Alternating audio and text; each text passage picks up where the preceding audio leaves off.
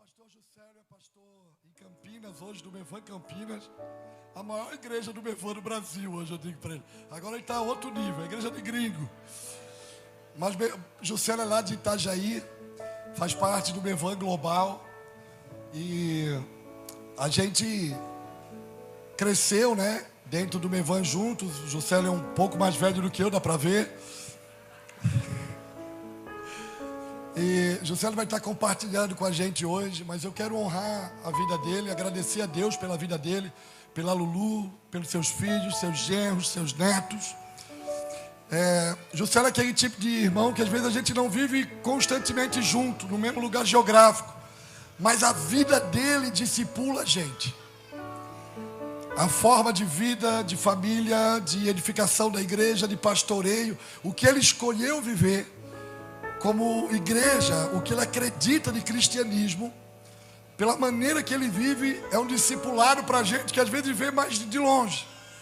E eu quero te agradecer, Juca, por tudo que tu representa para a minha casa, para os nossos filhos, para esse lugar, para essa nação. Estenda a tua mão para cá, irmão. Abençoa a vida do Juscelio. Aleluia. Obrigado, Jesus, pelo Juca. Te agradecemos. Só temos que te agradecer por toda a tua bondade para com a vida dele e permitir estar com a gente aqui nessa noite. Nós queremos abençoá-lo para que ele seja a tua voz aqui, para edificar a tua casa aqui, para construir, contribuir na construção aqui no Nordeste do lugar que é teu, Senhor. No nome de Jesus, Espírito Santo, te manifesta, ativa o dom que é em nós, libera o testemunho de Jesus aqui, o espírito da profecia, Senhor, para a glória do teu nome. Amém.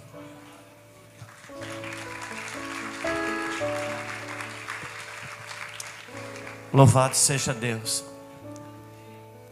Eu sou extremamente agradecido ao Senhor de estar aqui.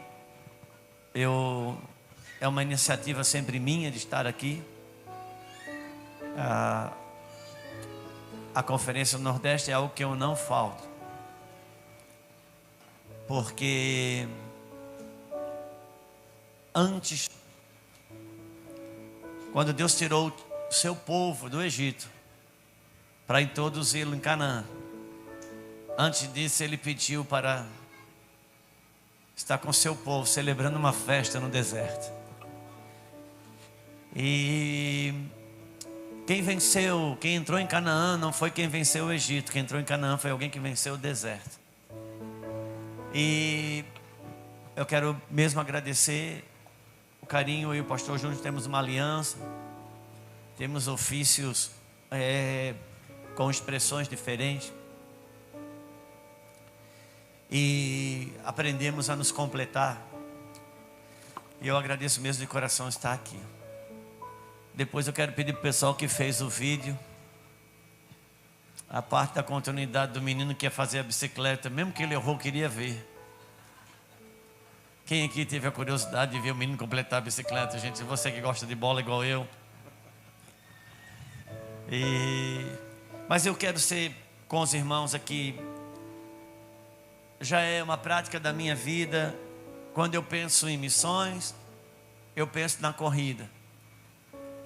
Mas Deus me chamou para falar com o carro, para cuidar do carro, para colaborar com o carro. E às vezes você pode entender da corrida, desejar ser proativo dentro de uma corrida, mas é necessário cuidar do carro.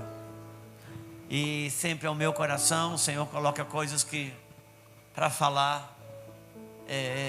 Se estamos numa conferência de missões, e é isso que a gente acredita, eu quero poder nessa noite conversar com um missionário, com a missionária, o coração do missionário, o coração da missionária.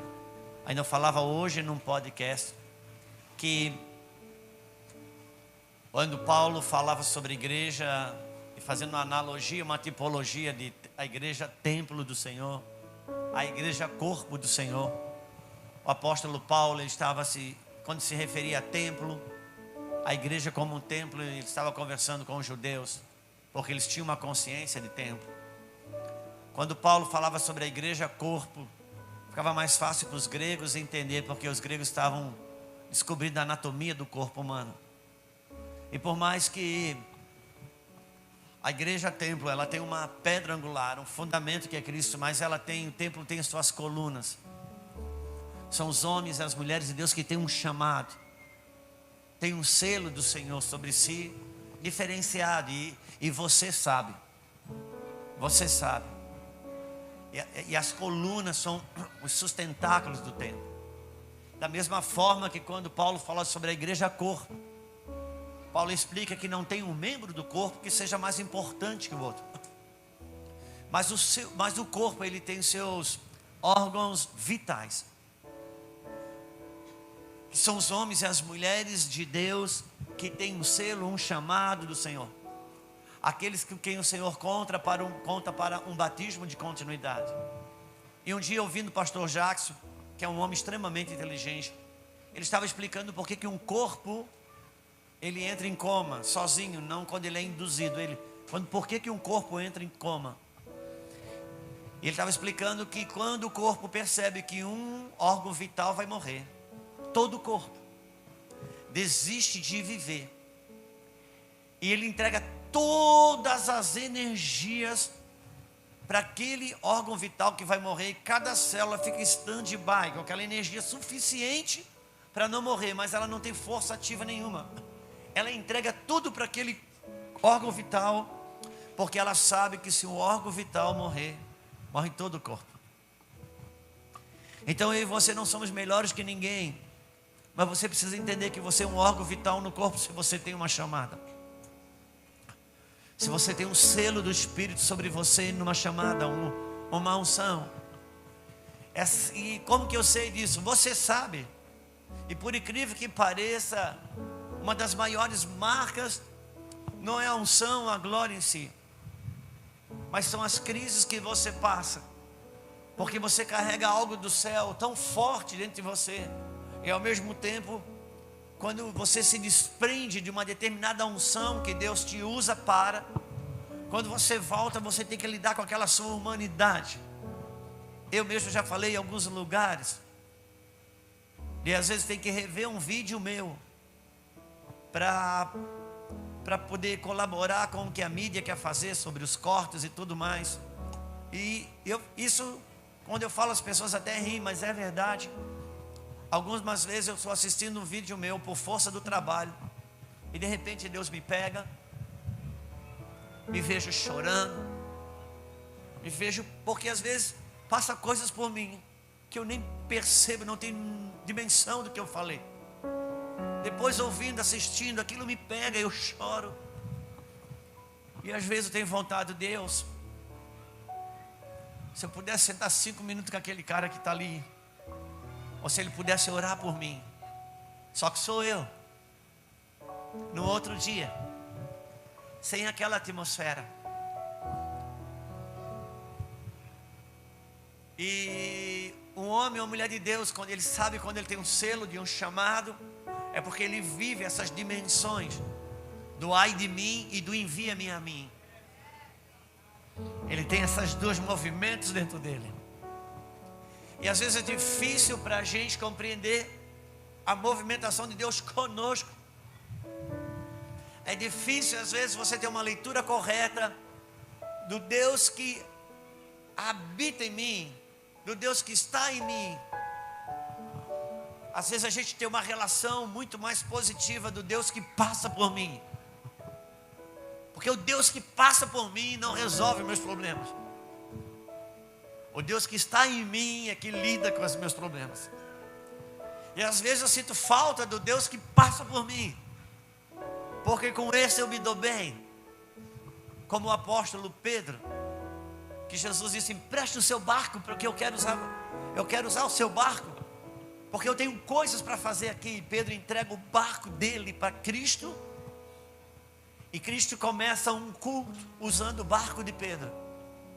Não precisa nem dizer como deve ter sido. Quem chegou paralítico ali voltou andando, e quem chegou cego voltou enxergando, quem chegou mudo voltou falando. Mas de repente, o Pedro em si da vida dele nada tinha sido resolvido. Continuava no mesmo ponto, pescou uma noite toda, não pegou nada. A vida de Pedro não mudou nada. E agora Jesus disse, se volta para Pedro e diz, Pedro, coloca o teu barco no fundo. Disse, por quê? Porque eu vou dar uma pesca de uma milagrosa. Mas por que eu preciso ir para o fundo? O Senhor fez milagre na vida de todo mundo usando o meu barco aqui no raso. Ele disse, pois é, para usar você, para abençoar o outro, pode ser no raso. Mas eu e você, cara,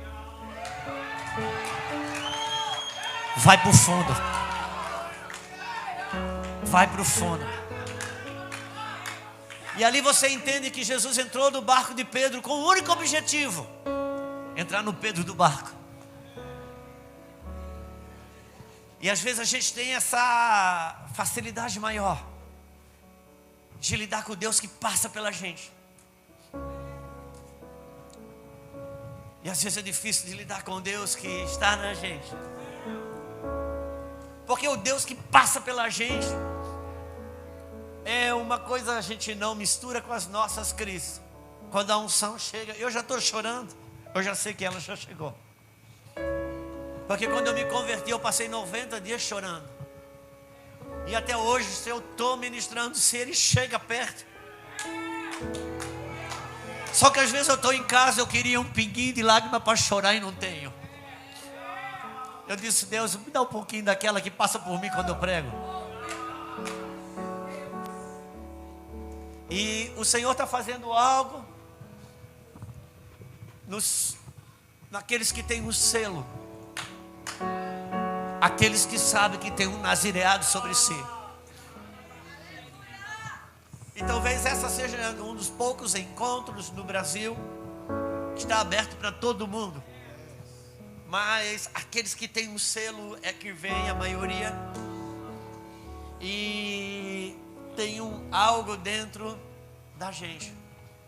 Eu queria poder ler um texto com você para minimamente a gente ter um endereço bíblico, uma localização bíblica, para compreender o movimento que está acontecendo agora com os que têm o selo, esse chamado.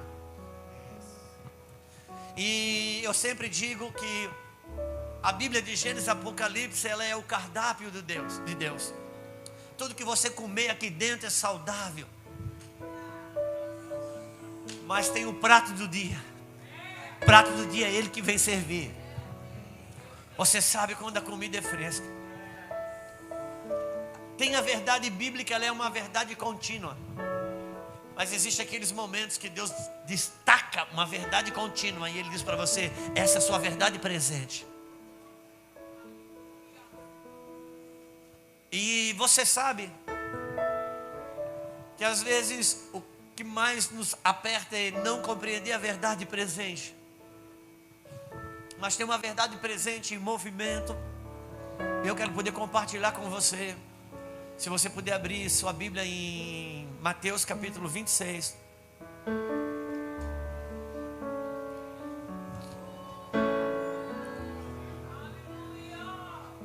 Versículo 36.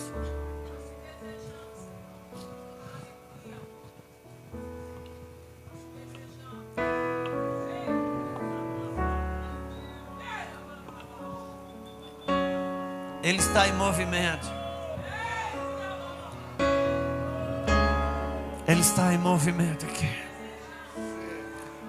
Te adoramos, Senhor. Te adoramos nesse lugar.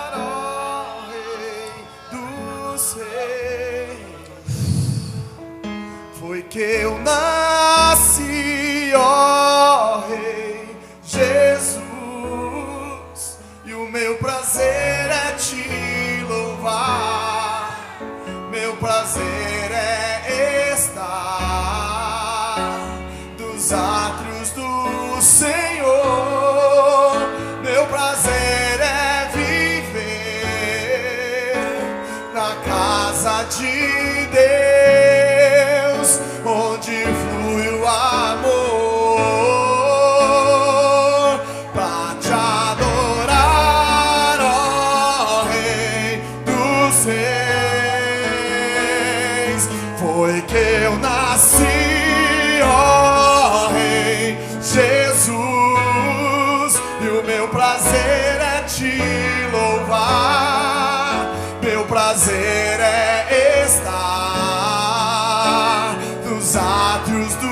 Senhor, meu prazer é viver na casa de Deus, onde flui o amor. Mateus capítulo 26, versículo 36. Em seguida, foi Jesus com eles a um lugar chamado Getsemane. Ouça, quando a Bíblia faz questão de fazer menção de um lugar, fica ligado sobre as coisas que ela quer falar. E porque lugar na Bíblia tem muito significado.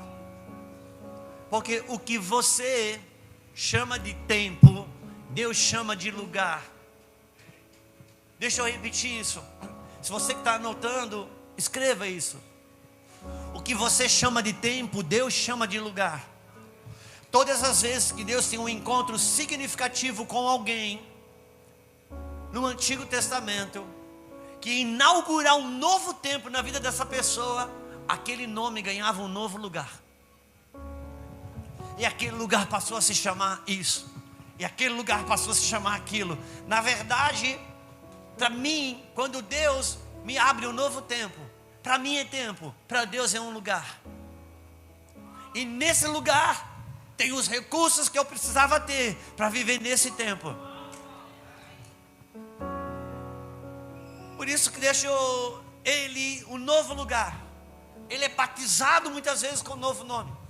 Sabe, quando Jesus fala sobre o teu futuro, para você ele está falando sobre o tempo. Deus chega para você e diz: qual o seu nome? Levi. Se Deus chega e diz: Levi, nos próximos anos eu vou fazer você disso, disso, disso. Em 5 anos isso, em 10 anos aquilo. Para você, Deus está falando de um tempo futuro. Para Deus não. Quando Ele fala, Ele já criou um lugar para você acessar. Porque quando Ele fala, Ele cria. Por isso, deixa eu falar alguma coisa aqui que eu espero, e já disse, eu estou falando com homens e mulheres que têm um selo. E até mesmo muitos pastores e pastoras de igreja, homens e mulheres, que o Senhor um dia deu um nome para a sua igreja. Deus deu um nome, e você deu um nome, e você começou a igreja com aquele nome, ou começou o ministério com aquele nome. Eu vou falar uma coisa que eu nunca falei isso publicamente. Vou falar a primeira vez aqui, numa ousadia de quem está dentro, no meio de irmãos maduros. Preste atenção se você ainda está nesse nome. Porque muitas vezes pode ter sido um batismo de entrada. E talvez Deus quer transicionar, ou já transicionou você. E você está ainda preso naquele batismo, que era um batismo de entrada para um lugar que Ele já tentou te mudar e não consegue. Porque você está preso ao batismo do nome da entrada. Eu lembro quando encontrei um pastor amigo meu.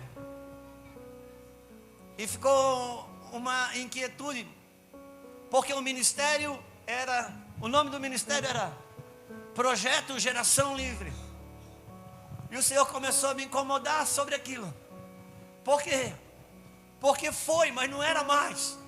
Ele não era mais um projeto, já era uma realidade. Mas se você ainda se identifica com um projeto, você já ainda consegue ser a realidade. Às vezes Deus te dá um batismo, que é um batismo de entrada. Não se prenda ao batismo. Mesmo que o rótulo seja bom. Para mim é um elogio alguém me dizer que eu sou pastor de casais. Mas se eu tivesse aceitado esse rótulo, eu ainda estava fazendo jantar de casais.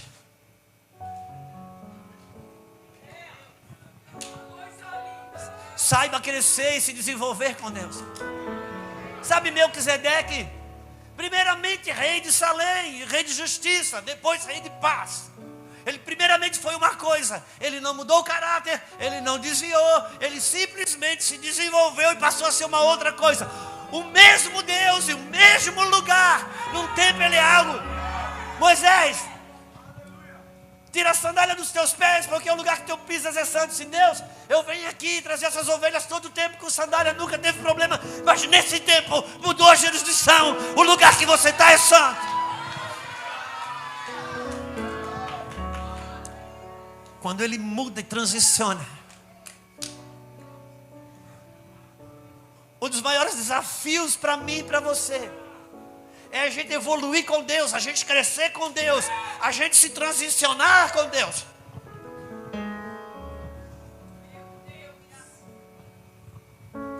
Deus falou para Noé construir uma coisa linda, maravilhosa, fantástica. Quem lembra o nome da construção de Noé?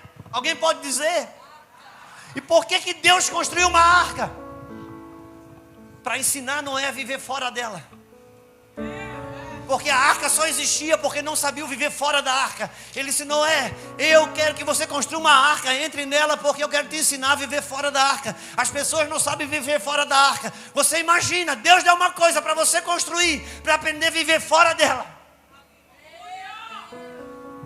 Se ele não entende, vivia na arca, estaria na arca, apegado à arca. Já pensou se Deus fala para Moisés? Se muitos de nós pastores, perdão, para Noé, muitos de nós pastores, ficássemos 100 anos construindo uma arca, e depois de 6 meses, Deus diz: sai da arca. Não, o que a gente ia falar? Senhor, pelo menos vamos construir um instituto bíblico aqui, a gente ia querer aproveitar aquilo que Deus mandou abandonar. Uma das maiores dificuldades para a gente é crescer com Deus, trocar as mitras. Como eu já falei, talvez essa seja uma das maiores porções de entendimento que me ajudou tanto. Nós somos prontos para largar as coisas do diabo e pegar as coisas de Deus. Nossa dificuldade é largar as coisas de Deus para pegar as coisas de Deus. Pegar as coisas de Deus num ponto mais adiantado. Pegar as coisas de Deus dentro de uma nova configuração. Eu fico pensando, pastor Júnior, você imagina o deserto. Tu olha para frente, não tem nada. Você olha para trás, nada. Olha para o lado, nada. Está escrito, não estou inventando. Tinha dias que a nuvem parava. O tabernáculo era montado. Todas as tendas eram montadas. No dia seguinte, a nuvem levantava. Você imagina, Jordânia, a crise daqueles homens de Deus. Um deserto desse. O Senhor para num dia, manda a gente montar tudo, e no outro dia tem que desmontar tudo de novo. Sim, você precisa entender que tem coisas que você monta que é só um ponto transitório. Precisamos restabelecer nossos marcos com Deus. E não estou falando de geografia externa, mas da gente mesmo em si. Capítulo 26, versículo 36 Jesus entrou num lugar chamado Getsemane. Um lugar que você sabe o nome, prensa de azeite. É um lugar onde ele entrou para orar. Ele disse: assentai-vos aqui enquanto eu vou ali. E levando consigo Pedro e os 2 filhos de Zebedeu, que é Tiago e João, começou a entristecer-se e angustiar-se. Então lhe disse: a minha alma está profundamente triste até a morte. Fique aqui e vigiai comigo. Eu gostaria que você pensasse sobre isso, porque isso é um movimento do Espírito Senhor para os nossos, é um momento do Espírito para os nazireus de Deus, para homens e mulheres que têm o selo. Jesus entrou no Getsemane para orar. Eram seus momentos finais. Naquele lugar de prensa de azeite, ele não trouxe o povo, ele trouxe só os discípulos. Deixa eu te falar que é bem isso que está acontecendo. Não é o que vai acontecer, está acontecendo. O Senhor está chamando para você para o lugar onde a multidão não vem. E ele chama e entra só os discípulos. Só que interessante, porque os discípulos ainda ele deixa num ponto. E ele avança mais, um pouco mais com Pedro, Tiago, João. ele foi um pouco mais para dentro, onde não são todos que vão. E até mesmo no Pedro, Tiago e João, tem um ponto que ele deixa eles ali, que ele se afasta 1 tiro de pedra e vai sozinho. Na medida que você vai permanecendo, ou tendo fé, ou coragem, ou perseverança para entrar nesse lugar, vai reduzindo e por fim ele fica sozinho. Por quê?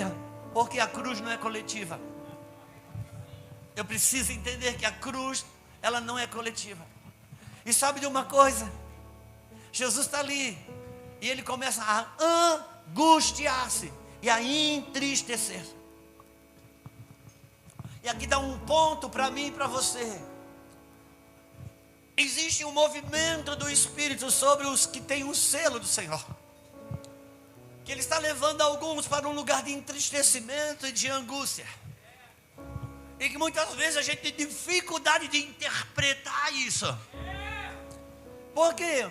Porque tem um tipo de tristeza e de angústia que nos toma, que a gente não consegue imaginar que é um movimento de Deus. Para mim, o diabo se levantou. E nesse lugar, Jesus faz uma oração. Outro evangelista vai dizer que ele suou sangue nesse lugar. A pressão foi tão grande, a pressão psicológica foi tão grande, ele suou sangue. E ele faz uma oração: que não se faça a minha vontade, se passe esse cálice se puder, mas não faça a minha vontade, faça a sua. Sabe de uma coisa? Pegue isso dentro do seu espírito, porque se entrar aí, não significa dizer que você vai sofrer menos, não significa dizer que vai doer menos, mas significa dizer que a tua resposta é diferente. Quando você entende o movimento do Senhor, que envolve pressão, que envolve crise, não significa dizer que não vai doer, não significa dizer que não vai entristecer, não significa dizer que não vai ter sofrimento, significa dizer que você vai dar uma resposta diferente e vai passar de fase. E ele estava aqui, debaixo de uma pressão terrível, e para muitos de nós, ele estava debaixo da pressão de um inferno, as trevas. Deixa eu lhe dizer algo. Jesus estava ali debaixo do peso da glória. Eu vou repetir isso. Jesus estava debaixo do peso da glória, lutando para hospedar a glória. Estava no seu último, ali foi a última tarefa de Jesus, a última prova antes da cruz. Inclusive eu costumo dizer que Jesus não venceu a cruz na cruz. Jesus venceu a cruz ali. Aqui no Getsemane, ele venceu a cruz.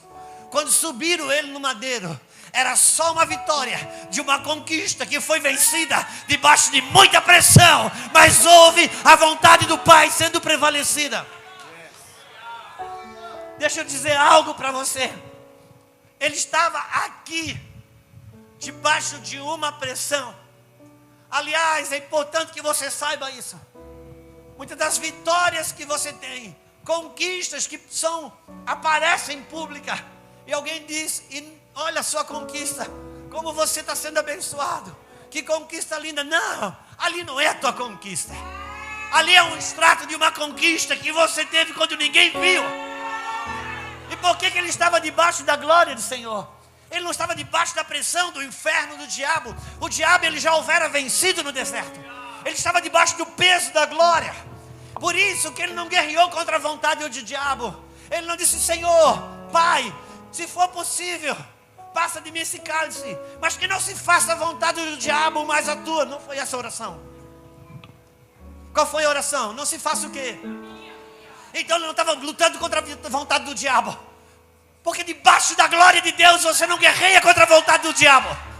Debaixo da glória de Deus você guerreia contra a sua vontade. Debaixo da glória só cabe a dele, não cabe a sua. Mas eu não consigo imaginar que Jesus estava guerreando contra a sua própria vontade. Deixa eu te falar. Estava. Essa era a oração. Nesse lugar você não guerreia contra a vontade do diabo. Nesse lugar você guerreia contra a sua vontade. O diabo, você está anotando? Anote. Satanás não trabalha para você fazer a vontade dele. Satanás trabalha para você fazer a sua.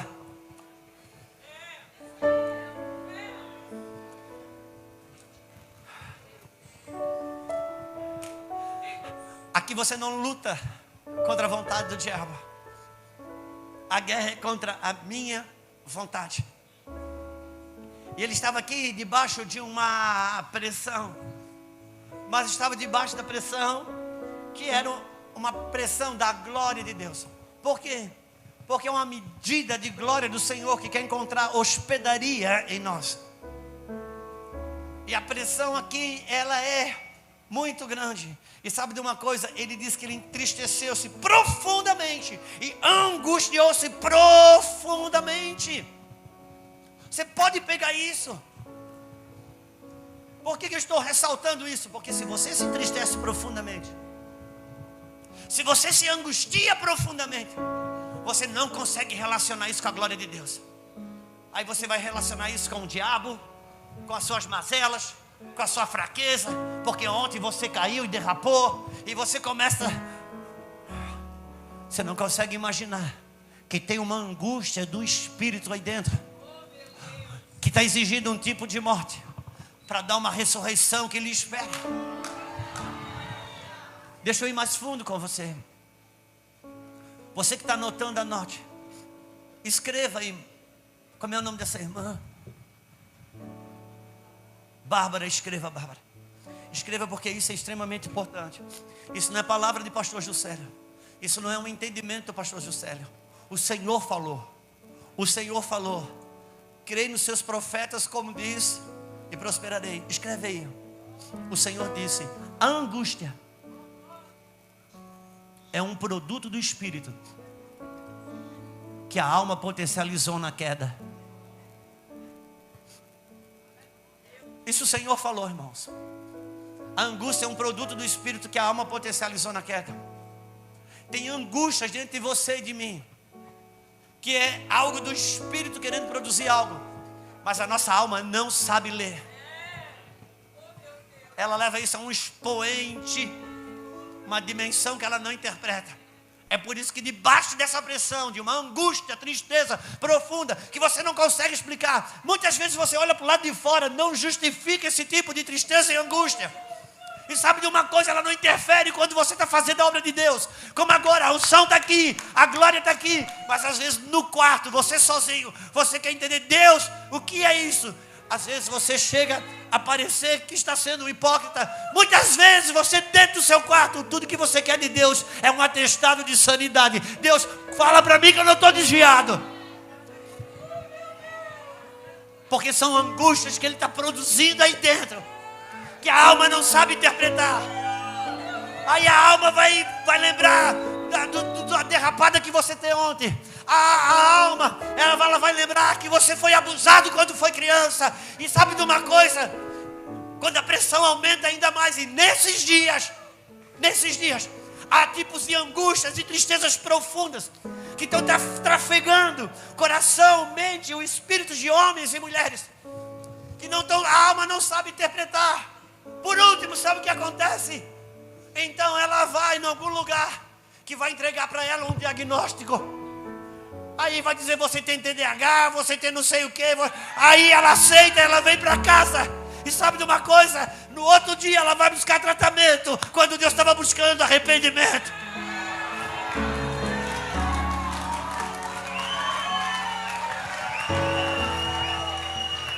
É preciso compreender os movimentos que estão acontecendo.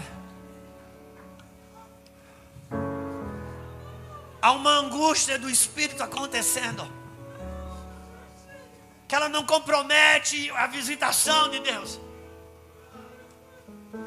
mas ela compromete no outro dia a leitura correta sobre o que está acontecendo.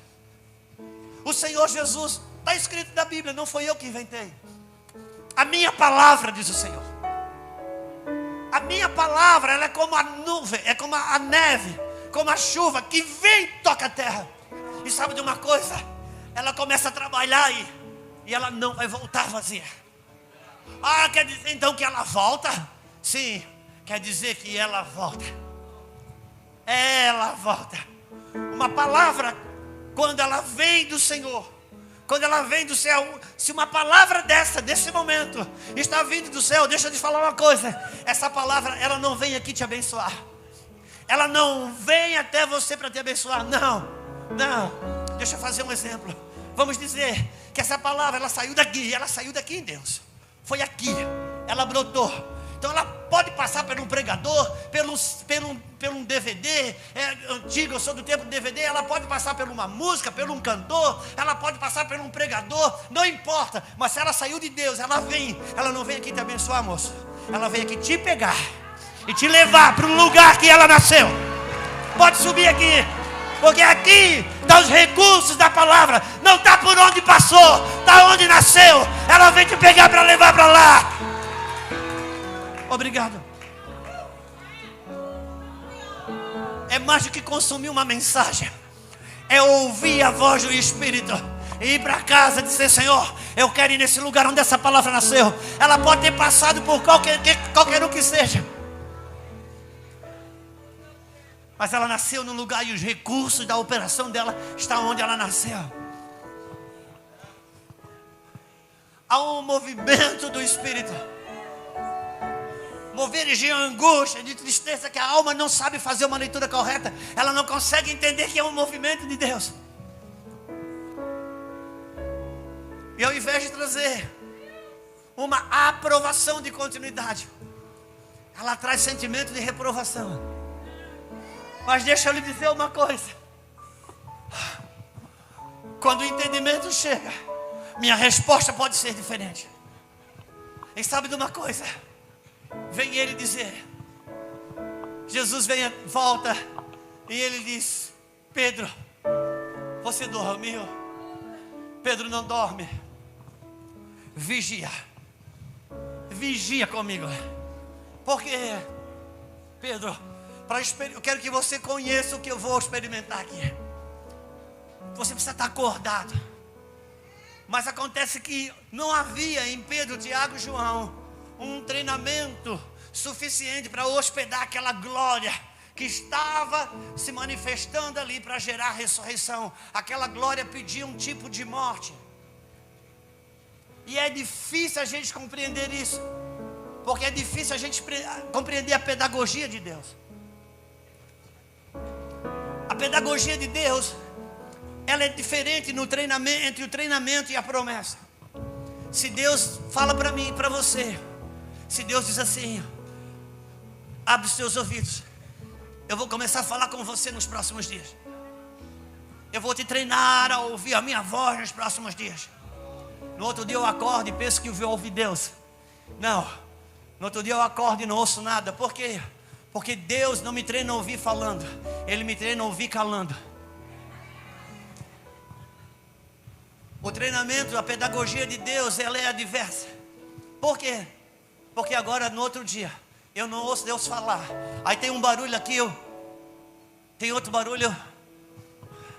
Eu vou desligando, eu vou me desvencilhando, porque eu quero ouvir Deus falar. Pronto, você já começou o treinamento. Porque você já começou a desprezar as vozes que não são minhas. E é assim que eu treino. Mas aqui nós estamos falando de um vazio. Estamos falando de um vazio que gera um tipo de uma angústia, uma tristeza, que a alma não sabe fazer a leitura dela. Aqui não tem instrução. Aqui você primeiro obedece para depois a instrução chegar. Só que sabe o que acontece? Para mim é difícil a alma fazer a leitura, sabe por quê? Se o Senhor fala para mim e para você, se o Senhor disser para você qual é o seu nome, Lívia ou Nívia? N de nacional, Nívia. A partir de amanhã eu vou te começar a encher numa nova medida. Eu vou te encher numa nova medida a partir de amanhã. Se Deus fala isso para Nívia, sabe o que acontece no outro dia? A Nívia acha que vai acordar aleluiada. Não, a Nívia vai visitar esse lugar. Por quê? Porque Deus não te treina a ser cheio enchendo, te treina a ser cheio te levando a um lugar onde você esvazia. E não é simples lidar com o vazio. As coisas mais difíceis para a alma é lidar com o vazio. Por quê? Porque no vazio ambição não tem oxigênio ali. Minha fama não tem oxigênio ali. Minha vaidade não tem oxigênio ali. No vazio não sobra nada. No vazio é um lugar onde a morte morre. É por isso que tem um nível de ressurreição esperando, porque só tem ressurreição onde tem morte. Ouça, homens e mulheres de Deus, há um esmagamento acontecendo, mas a gente não consegue se relacionar com o amor de Deus e ter uma boa expectativa nisso. Por quê? Porque a alma não tem a leitura correta sobre essas coisas. Quantos estão comigo no que estamos falando aqui? E ele diz assim: Pedro, essa hora você não pode cochilar. Pedro tem uma glória, eu quero que você conheça ela. E Pedro dormiu, e dormiu de novo, e dormiu de novo, versículo 43. E voltando, achou outra vez dormindo, porque os seus olhos estavam pesados. Deixando-os novamente, foi orar pela terceira vez. Foi orar pela terceira vez, repetindo as mesmas palavras. Então voltou para os discípulos, eles disse: ainda dormis? Uau! É chegada a hora. Quantas vezes Pedro dormiu? Deixa eu te falar uma coisa. Você acha que as 3 vezes que Pedro negou Jesus, ele negou quando disse que não conhecia? Ou negou quando dormiu aqui? Pedro nega Jesus 3 vezes. Mas antes disso ele dorme 3 vezes. Assim como às vezes você vê conquistas públicas de uma vitória que foi feita no oculto, você também vai ver derrotas públicas de coisas que no oculto não houve sobriedade para se manter acordado. Ele está atrás de homens e mulheres. Há um movimento. Há um movimento de pressão acontecendo. Há um movimento de tentação acontecendo. Homens e mulheres que estão sendo tentados em áreas que já tinham certeza que já tinham vencido. Por que isso? Alguém me pergunta por quê? Porque ele está buscando uma nova medida de fidelidade. Irmão, não existe fidelidade se não houver tentação. Não existe prova de fidelidade se não houver tentação.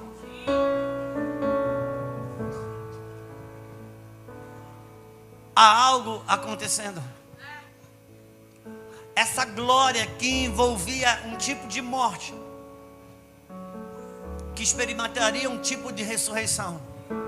Agora, se você não for pedir muito, ainda que os horários passam, se você puder abrir comigo Lucas capítulo 9. Eu acho que é 9. Eu acho que é 9. Isso mesmo. Lucas 9. Versículo 28. Deixa eu te falar de uma experiência com a glória de Deus que Pedro teve. Tiago e João também tiveram. Capítulo 9 de Lucas, versículo 28. Cerca de 8 dias depois de proferidas essas palavras, tomando consigo a Pedro, João e Tiago, subiu ao monte com o propósito de orar. Olha, a experiência da oração estava aqui de novo. E aconteceu que enquanto ele orava, a aparência do seu rosto se transfigurou, suas vestes resplandeceram. Eis que 2 varões falavam com ele, Moisés e Elias, os quais apareceram em glória e falavam da sua partida, que ele estava para cumprir em Jerusalém. Por favor, olhe para mim um pouquinho. Uau, isso aconteceu antes. Pedro, Tiago e João foram levados por Jesus a um lugar de oração. Lá Jesus rasgou o véu. Lá ele deu uma experiência, ele se transfigurou. Era uma transfiguração, era uma experiência. Isso não passou pela cruz. Não era o rasgar do véu da ressurreição. Era uma experiência com o sobrenatural. Eles viram Jesus glorificado de alguma maneira. Uau, que coisa gloriosa. Mas por que viram? Por que experimentaram essa glória? Moisés estava ali, Elias estava ali. Até hoje não tem uma teologia assim 100% para explicar isso. Temos as nossas bases. Elias, representação dos profetas, Moisés representando a lei, dizendo a ele, ouvir a palavra, agora é ele. Ok, mas foi algo tão glorioso. Mas por que Pedro, Tiago e João experimentaram isso, Jordânia? Vamos ler o próximo versículo 32. Pedro e seus companheiros achavam-se espremidos de sono, mas conservando-se acordado, viram a sua glória. Uau! O que estamos querendo dizer com isso? Olha aqui para mim, por favor. Por favor. Nós já experimentamos uma glória. Teve sono. O sono estava ali, a pressão estava ali. Nós resistimos. Teve gente aqui que já teve líder duro, que já viu seu pastor cair em pecado, que já viveu situação contrária. Tinha tudo para dormir, para ficar desacordado, mas resistiu, se manteve acordado e viu glória. Nós experimentamos cura, nós vimos Jesus batizar com o Espírito Santo, pessoas caindo, dente de ouro, fogo acendendo gravetos, vimos paralíticos andando. A gente já viu muita coisa, mas tem um nível de glória a ser chegado, que tem um sono que precisa ser rompido. Um rompimento que ainda não conhecemos. Havia sono aqui, Jordânia, mas a gente segurou aonde a gente já viu coisa. Mas tem um tipo de morte aqui no Getsemane, que tem uma glória muito maior se aproximando.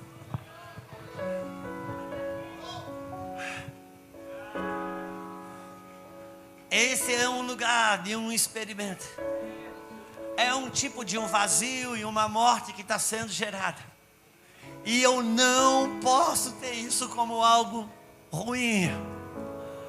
Eu preciso ter um entendimento certo para isso. E é difícil aqui muitas vezes eu compreender isso. É difícil eu compreender nesse lugar, porque é um lugar de vazio, é um lugar de escuridão. Deixa eu falar uma coisa para você. Quantos lembram que Elias matou 400 profetas de Baal, 450 profetas de Asdod? Elias viu algo fantástico. E você sabe o que aconteceu? Depois dessa grande conquista, esse homem entrou num lugar para dar matéria para a depressão, essas coisas, estava ali. Mas a verdade é que ele entrou num lugar debaixo de um mensageiro de Jezabel. Ele se enterrou naquele lugar. E o Senhor foi atrás dele. Sabe o que é lindo? O Senhor vai atrás. Ele vai atrás dos discípulos de Emaús. Ele vai atrás do Pedro que voltou para a pesca. E ele vai atrás do Elias. E ele disse: Elias, deixa eu lhe dizer algo. Sai da caverna, porque eu vou falar com você. Aí Deus provoca um terremoto. Elias se empolga. Deus não fala. Deus provoca relâmpagos, chuva, relâmpagos, trovão. Elias se empolga. Deus vai falar, vai entrar na minha crise, vai me arrancar da minha crise. Deus não fala. Jesus provoca relâmpagos, fogo caído do céu. Deus provoca coisas. De repente, Deus não falou em nada daquilo. De repente, uma brisa suave. Eu posso imaginar Elias. Olhou. Aí Deus não está. Não vou nem ali. Não foi o diabo que gerou o trovão. Não foi Satanás que gerou o terremoto. Tudo veio de Deus. E por que Elias foi lá para ouvir a Deus? Sabe por quê? Porque a gente acha que Deus vai entrar nas nossas crises do jeito que a gente usa. Ele usa a gente. E ele usava Elias no relâmpago. Ele usava Elias no trovão. Elias orava, descia fogo. Elias orava, descia chuva. Então a gente acha que Deus vai entrar nas nossas crises do jeito que Ele nos usa. Ele estava dizendo: ouça, não mistura as coisas. Do jeito que eu te uso, eu te uso. Mas para conversar com você, aquieta. Aquieta. A gente, por isso que muitas vezes, viciado nisso, a gente precisa criar um ambiente de culto pentecostal para se abrir para Deus fazer. Ao passo que Ele quer entrar em fendas da minha vida. O poder do vazio talvez seja uma das coisas mais difíceis de compreender. Mas Jesus disse para Pedro: Pedro, não dorme. Pedro dorme 3 vezes e nega Jesus 3 vezes. Eu preciso entender mais tarde. Pedro escreve. Pedro estava velhinho e ele escreveu uma coisa para a igreja. Capítulo 5 de Pedro, versículo 8, ele diz assim: sede sóbrio. Meu Deus, eu estou sozinho aqui. Sede sóbrio e... Uau! Ele já estava velhinho quando escreveu isso. Por que você acha que foi Pedro que escreveu isso? Se a gente pudesse interpelar Pedro: Pedro, por que se você escreveu aqui, sede sóbrio e vigiai? Sabe o que Pedro diria? Eu sei o que é receber uma orientação de não dormir e dormir. Eu sei o que é receber uma orientação de vigiar e não vigiar. Eu sei o que é isso. Por quê, Pedro? Ele disse para mim vigiar e eu não vigiei. Ele disse para mim não dormir e eu dormi. Mas tu és o Pedro, olha aí. É porque não dormita o guarda de Israel. E se tem sonos aí, é no despertamento dele. Por isso ele se desperta tu que. E Cristo. Só que a essas alturas ele velhinho, ele já descobriu o caminho como vigiar. Porque ele acrescenta uma palavra que Jesus não falou. Jesus disse: Pedro, vigia e ora, Pedro. E agora Pedro diz assim: sede sóbrio. Uau! O que é o contrário de sóbrio? O bêbado. Quem aqui é do tempo que quando a gente botava uma pessoa para cuidar de um estabelecimento, a gente chamava de vigia? Quem é desse tempo? Tem 2 coisas que um vigia não pode fazer: beber e dormir. E por que não? Porque ninguém dá nada para um bêbado cuidar. Ele está querendo confiar coisas numa nova medida. Vai precisar de pessoas despertadas de um sono. Porque sono e embriaguez na Bíblia é a mesma coisa. Por isso que quando Sansão se embriagava nos braços de Dalila, depois ele dormia. Por isso que Noé se embriagou e depois dormiu. Porque sono e embriaguez na Bíblia é a mesma coisa. Ele está buscando uma medida de fidelidade. E eu sei que eu não vou perguntar que horas tem, vou só olhar. Mas eu sei que você vai olhar também. Hoje é vigília. Deixa eu dizer algo. Tem um despertamento que precisa acontecer em nós. Quem aqui sabe o que eu estou falando no que eu vou dizer agora? Por favor, quando eu terminar de falar, me diga pelo menos, Senhor, pastor ou Juscelio, eu sei que você está falando. Você já viu que parece que tem um negócio que está chegando, mas não chega? A gente sabe que está ali, mas a gente não toca. Por quê? Eu vou dizer por quê. Porque tem uma medida de despertamento que a gente sabe que ela existe, mas está dormindo para ela. A gente sabe que precisa entrar num lugar de jejum, mas não entra. A gente sabe que tem que orar mais, mas não ora. A gente sabe que tem que desacelerar, mas não desacelera. É um tipo de um sono, uma embriaguez. Eu quero encerrar dizendo aos homens e mulheres que estão nesse lugar: eu sei, é o Senhor que está falando. É um movimento do Espírito para nós.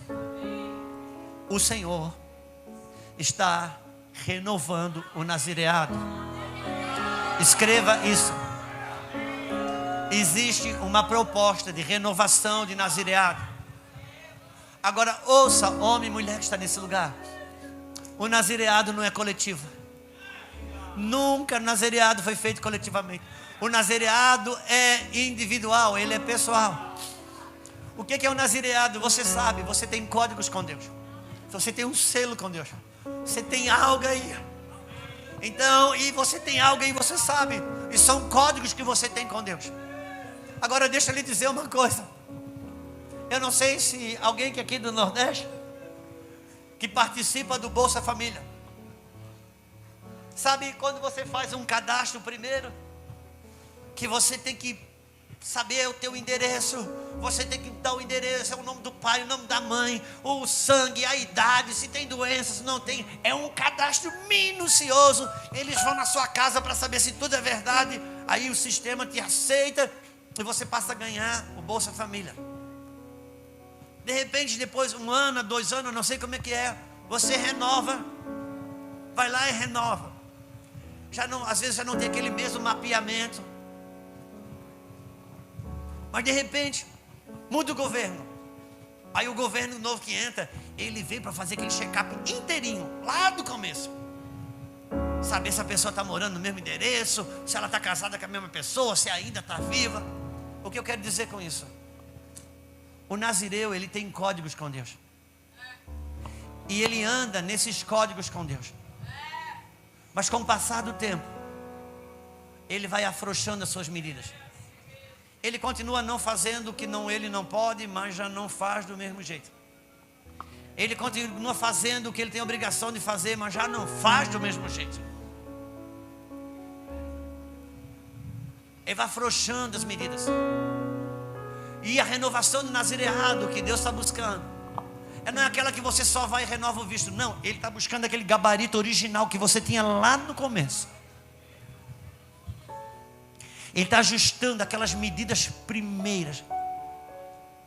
Porque há uma renovação de nazireado acontecendo.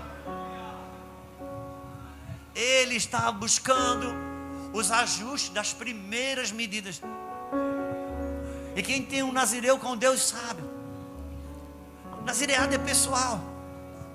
Ele tem o seu tipo de comida, o seu tipo de roupa, o seu tipo de cabelo. Isso na figura de linguagem. Mas para mim e para você não. Você sabe, você tem códigos com Deus.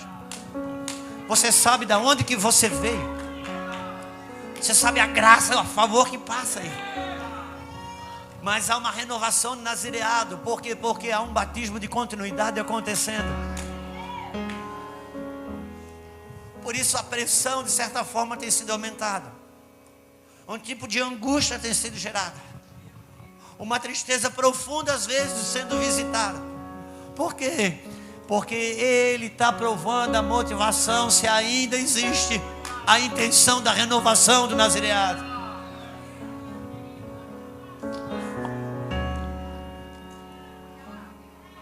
Não atribui a Satanás algumas angústias, tristezas não explicadas que está passando aí por dentro. Nossa alma não consegue interpretar boa parte daquilo que Ele promove dentro do nosso espírito. Mas a renovação está aí, a proposta está aí. E você poderia dizer: Senhor, eis-me aqui. Primeiro ponto, 2 coisas básicas estão acontecendo como um requerimento de exercício para entrar na renovação do nazireado. Ponto 01, sobriedade. O que é sobriedade, Senhor? Tem uma pureza de coração que Ele está buscando. E só a sobriedade é que pode dar. Quando o Senhor falou para mim que Ele estava buscando pureza de coração, eu já fui logo buscar dentro de mim lascívia, corrupção. E o Senhor falou: não é isso. A pureza você vai perdendo com a experiência com a minha obra. Se você me permite, algo que eu falei o ano passado aqui, eu vou falar porque isso ainda está em movimento. quando eu fui pregar, ministrar para um conselho de pastores de uma boa cidade do nosso país, e era no sábado de manhã. Para mim amanhecer na cidade, eu peguei o voo de sexta-feira à noite e dormi aquela noite no hotel, botei para despertar. E a noite toda uma frase gritava dentro de mim. Ela era audível, só que não era aqui, era aqui. Quando tocou o despertador de manhã, eu ia me levantar para ministrar para os pastores daquela cidade. Aqui dentro, aquela frase estava aqui dentro, e a frase dizia: eu não quero o vício, eu quero o ofício. Deus não quer o meu vício de fazer a obra, Ele quer meu ofício sacerdotal. Quem está no ofício, a palavra ofício, ela dá origem à palavra oficial. Quando sai uma nota oficial, você dá crédito. Quantos entendem o que estamos falando? Ele disse: eu não quero o vício, eu quero o ofício. Porque a impureza vem com a experiência de fazer a obra. Por isso a palavra, uma das palavras que Ele tem nos dado lá, e Ele tem dito, falou dentro da nossa casa: eu quero que você faça as mesmas coisas pela primeira vez. Quando você renova um código de nazireado dentro de você, você começa a fazer as primeiras coisas pela primeira vez. Entenda, Deus chamou Abraão e fez uma aliança com Abraão. Dentro da aliança, Ele foi gerando pactos de aprofundamento. Cada pacto de aprofundamento, que Abraão perdia alguma coisa de Deus, ganhava alguma coisa dele. Até o nome mudava, ele avançava. Porque existe pactos de aprofundamento dentro da aliança. Pense num casamento. Quando você aprofunda um pacto dentro do seu casamento, que casar você já casou, aliança você já fez, mas o casamento que progride, um casamento que constrói com aprofundamento, quando ele cria um novo pacto de aprofundamento, de fidelidade, de unidade, sabe o que acontece? O eu te amo é o eu te amo de sempre, mas é pela primeira vez. Porque dentro de um novo tempo, é um novo lugar, tem um eu te amo que você não conhecia antes. Que quando ele muda o tempo, o lugar, Pedro pescou a noite toda naquele lugar, não pegou nada. A noite toda, um tempo, agora o Senhor disse: vai. No mesmo lugar para ti, mas para mim eu te introduzi no novo lugar. Sabe de uma coisa? Pedro pescou naquele lugar que ele pescava sempre pela primeira vez. Nós vamos começar a fazer coisas pela primeira vez. Coisas que sempre fizemos, mas dentro de um ambiente que Ele está querendo nos introduzir. Com códigos de impureza. Códigos de impureza. Mas isso passa por alguns tipos de movimentos de pressão e angústia, como está passando por aqui. Talvez isso tenha passado pela sua vida.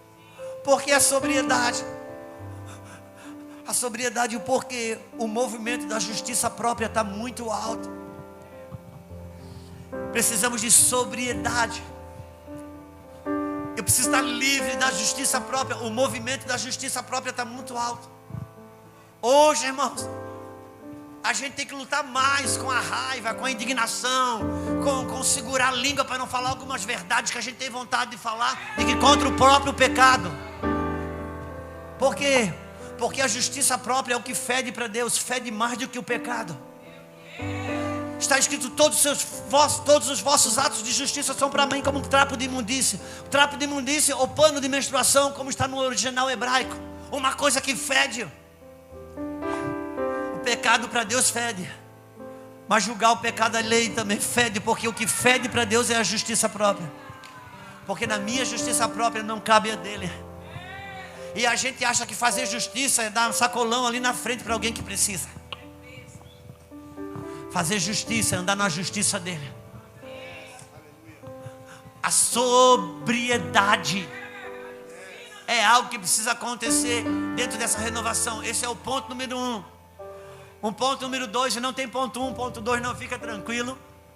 Mas são duas realidades que precisam ser acessadas como nunca foram acessadas. A sobriedade de eu andar em pureza e não me movimentar na justiça própria. Outro tipo de pureza que eu preciso ter é com relação ao dinheiro, por um único motivo: tem recurso chegando. Mas tem um outro ponto que precisa ser acessado como nunca foi acessado antes. Uma coisa chamada gratidão. Por quê? Por causa da multiplicação que Ele quer gerar. A gratidão, ao contrário da ingratidão. Qual é a diferença esse antagonismo? É que a gratidão se apoia no que tem. A ingratidão se apoia no que falta. E quando eu me apoio no que falta, eu murmuro e perco o que eu tenho. Quando eu me apoio no que eu tenho, eu dou graças e multiplico o que eu não tenho. A gratidão é algo, por quê? Porque a gratidão, ela acelera o movimento e o idioma da honra. A honra ainda é um idioma do reino. Eu tinha certeza que eu não ia abrir mais a Bíblia, mas eu vou abrir. João 8. João 8, por favor, pegue aí comigo. João capítulo 8. João capítulo 8. É um versículo bem para frente, 40 e poucos. Eu vou ler como está na minha Bíblia. João 8, capítulo 48. Responderam, pois, os judeus. Eles disseram a Jesus: porventura, não temos razão em dizer que és samaritano e que tens demônio? A isto replicou Jesus: eu não tenho demônio. Pelo contrário, irmão, o que é pelo contrário para você? É o contrário do que foi dito. E Jesus respondeu para os fariseus: eu não tenho demônio, vírgula, pelo contrário, vírgula, honro meu Pai. Desonra é morada de demônios. Porque o contrário de honrar o Pai é ter demônios. A gratidão, ela faz-me andar num lugar de honra, e honra ainda é o idioma do reino. A renovação, que esses sempre foram os códigos que estiveram sobre o Nazireu. Os nazireus sempre foram homens e mulheres que celebraram com o que tem, para acionar o movimento da multiplicação. Nós precisamos entender parte de algumas angústias que temos vivido. Irmãos, quando eu saio de casa para uma conferência dessa, a primeira coisa que a minha cabeça diz: prega sobre família, ministra sobre família. Mas o Senhor encheu o meu coração de falar: os nazireus de Deus precisam compreender os movimentos de angústias e tristezas que eu estou gerando no seu espírito, e a sua alma está interpretando isso de forma tão negativa e errada. Porque eu não consigo imaginar que há a glória de Deus buscando um lugar de hospedagem. Quantos nazireus de Deus tem aqui? Você pode ficar de pé comigo um pouquinho?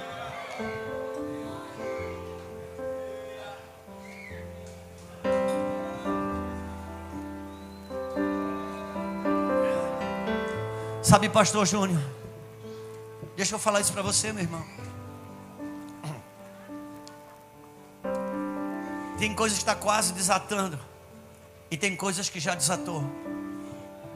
O Senhor visitou a Lulu há poucos dias e disse: a roda começou a girar, faça.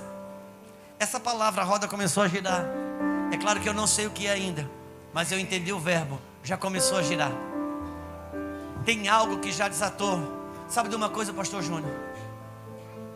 Eliseu está orando por chuva. Ele pede para o moço olhar como está lá fora. O moço vai, volta, diz: Eliseu, lembra aquela conferência no Nordeste? Está igual. Um sol que tu não sabe. Eliseu continua orando. Eliseu ora mais, de repente manda o moço vem a segunda vez. Eliseu pergunta: como que está? Se meu profeta não quer te desanimar, mas tem um sol para cada um. Ele vai de novo. Você sabe o movimento de 6 vezes. Na 7ª vez, quando ele volta, Eliseu pergunta, o profeta pergunta: como que está? Ele diz: eu vejo uma nuvem, tamanhozinho de uma mão de um homem. Se fosse eu e você, sabe o que nós iríamos fazer? Já ia ligar para os intercessores: aumenta a intercessão, entre guerra, já tem uma nuvem. Eliseu disse assim: fala para Acabe correr que já desatou. Desatou já. Se fosse nós íamos aumentar a intercessão. Ele disse, não, eu preciso entender quando desatou. Parte das angústias, das tristezas, é para que a gente não tenha olhos para ver. A alma não consegue imaginar que tem uma chuva que está sendo gerada, algo que está sendo gerado, e que está nascendo, algo que está sendo parido.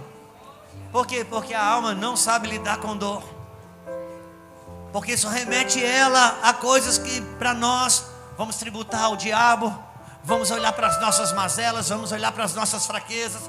Aí começa um processo de autorreprovação, de autossabotagem e coisas que você sabe muito bem do que acontece. Mas nós estamos aqui para dizer, irmãos, dá uma calçada nos teus pés aí. Libere palavras de gratidão, de verdade. Nós não estamos falando de confissão positiva, irmãos. A confissão positiva é a fé na fé. Nós estamos falando da fé em Deus. De você, na tua nuvem escura, como está escrito lá em Êxodo, Deus falou para Moisés: entra na nuvem escura para que o povo te ouça quando você falar. Quer que o povo te ouça quando você falar? Entra na nuvem escura. Você está aqui, eu não vou pedir para chamar as pessoas aqui na frente, mas se você é alguém que entende essa palavra dentro do seu espírito, eu queria que você levantasse a mão comigo. Você que é nazireu de Deus, você que é perigoso, mas nós não temos escolha, meu irmão. Nós não temos escolha. Ouça aqui, nós não temos escolha. Eu estava falando para alguém hoje. Abraão subiu no monte e falou: Ló, escolhe o lado, Ló. Eu fico imaginando o diálogo. Não está escrito, mas eu fico imaginando Ló falando: Abraão, jamais eu vou escolher o lado primeiro que você. O Senhor é o pai de Abraão, o Senhor é um pai da fé. Eu só estou abençoado por sua causa. Escolhe o Senhor primeiro, depois o lado que sobrar é meu. Abraão dizendo, imagina Abraão dizendo: Ló, escolhe você, porque Abraão não tem mais escolha. Se você ainda está em Ló, você tem escolha. Mas se você está em Abraão, não tem mais escolha. Renova o seu nazireado com Deus. Ajuste as suas medidas nessa noite. É a sua entrega. É a sua entrega. É individual, é pessoal. Essa oração não é coletiva. Essa renovação não é coletiva. É você e o Senhor. É você e Ele. Sim, valorizando mais a palavra do que a angústia. Sim, Espírito Santo. Espírito Santo, vem renovar o nazireado dos teus filhos nesse lugar. Vem renovar o nazireado dos teus filhos nesse lugar. Sim.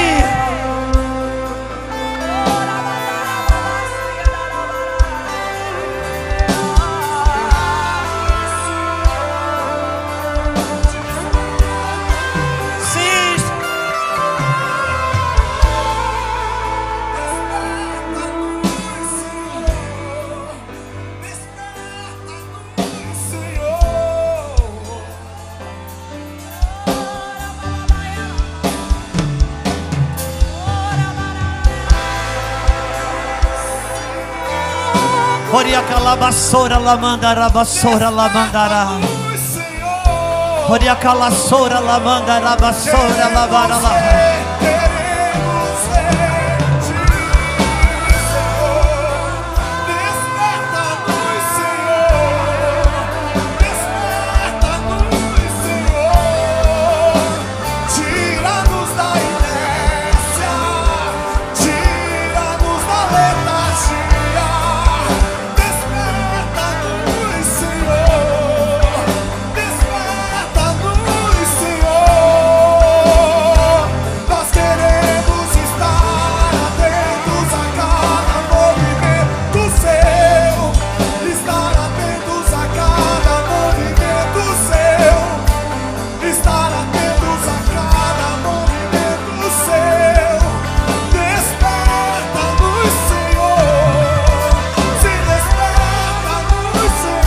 Oria calabassora la mandara só.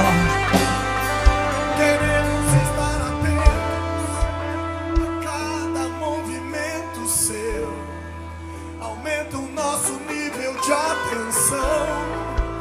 Aumenta o nosso nível de atenção. Aumenta o nosso nível de atenção. Nós queremos despertar. Aumenta o nosso nível de atenção. Aumenta o nosso nível de atenção. Aumenta o nosso nível de atenção.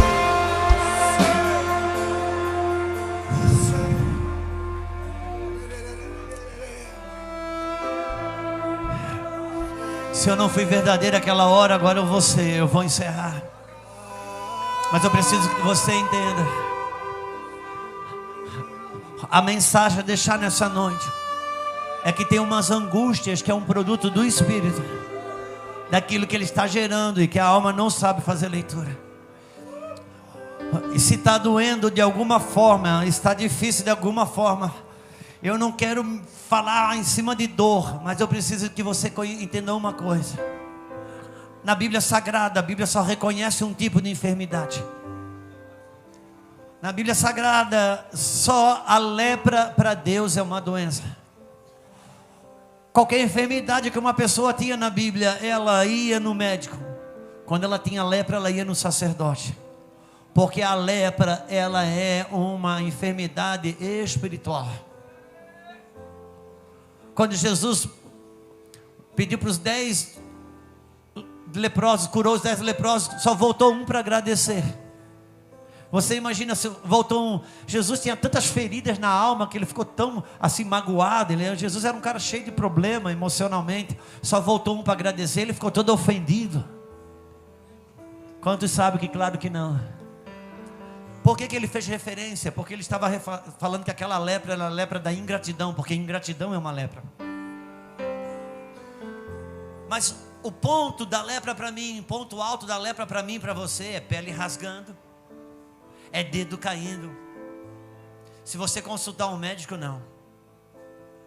A lepra, se tiver uma lepra no braço e você enfiar uma faca, o teu braço não sente. Se você tiver uma lepra na mão, enfiar a mão no fogo, a mão não sente. Porque lepra para Deus é quando a gente já perde a sensibilidade e não sente mais o cheiro da podridão. É quando a gente não tem mais a dor. Por isso que se está doendo de alguma forma, fique tranquilo.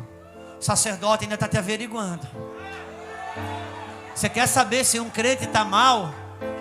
É quando ele peca e se sente bem. Mas se você quer saber se ele está bem, é quando ele peca e se sente mal. Se as frouxuras do teu nazireado estão te fazendo mal, é porque você ainda está na mão dele. É noite de renovação de nazireado, de jogar fora. Não dá para Sansão voltar para experimentar mel num leão que ele já venceu. Ele vai ter que abandonar. Ele vai ter que abandonar os ajustes do nazireado. Está passando nesse lugar. É noite de renovar os códigos com Deus. É noite de voltar para aquelas medidas dele, com ele, sim, com ele, de compreender as angústias, de saber ler as angústias.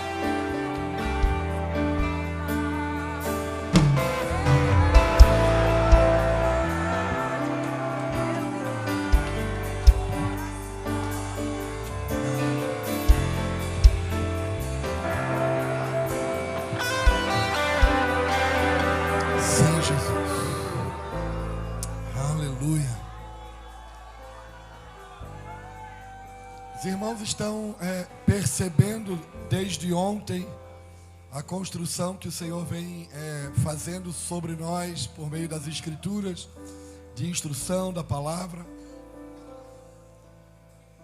Está me parecendo que a nossa expansão externa depende da nossa ordem interna. Tudo aquilo que nós estamos desejosos por ver expandir externamente está condicionado à nossa submissão de colocar em ordem por meio do Espírito tudo que está fora do lugar aqui dentro. A estrada, a jornada para nós trilhar é longa. Parece que há um grande movimento, há um grande trabalho ainda pela frente. Mas se o carro não estiver adequadamente supervisionado, com a supervisão em dia, com as coisas em dia, parece que ele não consegue cumprir a tarefa de chegar no destino. O meu sentimento é que o que nós estamos desejando ver depende de quanto nós estamos sujeitos a obedecer. Que o Senhor nos dê graça por meio do Espírito Santo. Nós sabemos que sozinho nós não conseguimos, mas nós estamos só. Nós temos um amigo, o Espírito Santo, que nos ajuda em todas as nossas fraquezas. Glória a Deus. Te abençoo nessa noite. Amanhã, pela manhã, nós temos uma reunião. E a outra noite, pela manhã, é 10 horas. Mas a partir das 9, a gente já está aqui. E 19h30 de novo. Deus te abençoe, te fortaleça, te dê graça. Volta para a cidade devagar. Cuida do retorno. E até amanhã.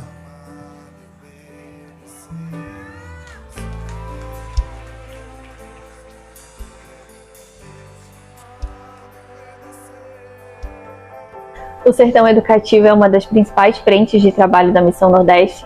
Ele acontece desde o ano de 2015, mais ou menos.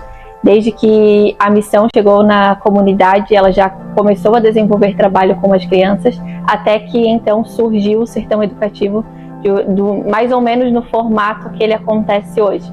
Ao longo dos anos ele foi se desenvolvendo, se aperfeiçoando, até chegar como ele está hoje, na forma de trabalho, na forma de desenvolvimento. Em 2020, com a pandemia, os trabalhos do Sertão Educativo tiveram que ser interrompidos. Mas em 2021 nós começamos a retomar esse trabalho e ele começou a tomar fôlego novamente. E os missionários que estavam aqui na época começaram a chamar as crianças para estar conosco e começaram novamente com as aulas. E nós fizemos a nossa primeira formatura no ano de 2021 com todos os nossos alunos. Foi um momento muito lindo, muito importante para cada um deles, para cada família também. Em 2022 também foi um ano de muitas realizações, de vários projetos saírem do papel, como o nosso Recreio Cultural, que é um momento onde os nossos alunos puderam apresentar tudo aquilo que eles estavam aprendendo em sala. Também tivemos o nosso primeiro papo de menino e menina, onde abordamos temas como empatia, como respeito, higiene pessoal. Desenvolvemos com as crianças trabalhos falando sobre abuso, sobre sexualidade. Foi um ano onde muitas coisas começaram a acontecer, coisas que nós sonhávamos, que nós desejávamos para esse projeto. Foi um ano onde iniciamos a nossa aula de balé, que até então não tinha, e nós começamos e foi uma realização para as nossas crianças, o que era algo que elas queriam muito. Atualmente, o Sertão Educativo, além de atender as crianças do Horto do Salitre, ele também trabalha com crianças de mais 3 povoados. Nós temos hoje conosco mais ou menos 45 crianças e para trabalhar com essas crianças nós temos 12 pessoas envolvidas, pessoas que trabalham desde a sala de aula até servir o lanche. As crianças, além das aulas, elas também fazem uma refeição conosco todos os dias, de segunda a quinta-feira. E em cada período elas têm 3 aulas de música, de balé, aulas de arte, educação física, recreação. Isso tudo no contraturno escolar, buscando auxiliar a elas no ensino, no processo de ensino e aprendizagem delas, reforçando aquele trabalho que a escola já faz.